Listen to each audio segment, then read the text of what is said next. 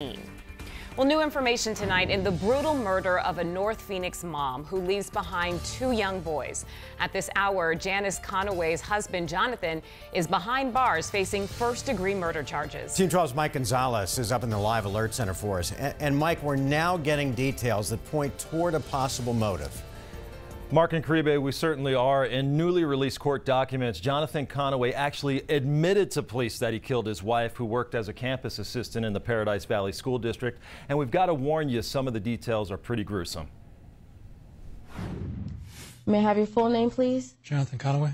Jonathan Conaway going before a judge for the very first time. Court documents revealing what happened after the 45-year-old husband called 911 saying he had killed his wife. Police arriving at the home say Jonathan makes a spontaneous statement saying, "I killed my wife and she's inside." Once inside, officers find the 43-year-old mother of two lying on the living room couch with obvious trauma to her head.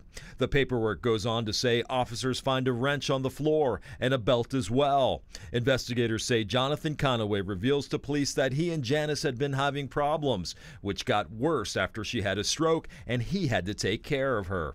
The court documents go on to say the money problems became even worse. Once Jonathan lost his job 2 weeks ago, he viewed Janice as a burden and killed her so their boys didn't have to take care of her.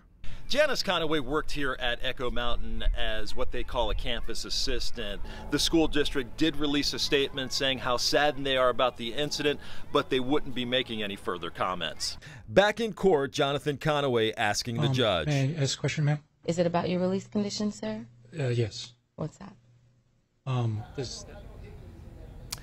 And right now, his bond stands at $1 million. Jonathan Conaway due back in court sometime next week. As far as his two young boys go, they are in the state's care. We're live in the Alert Center.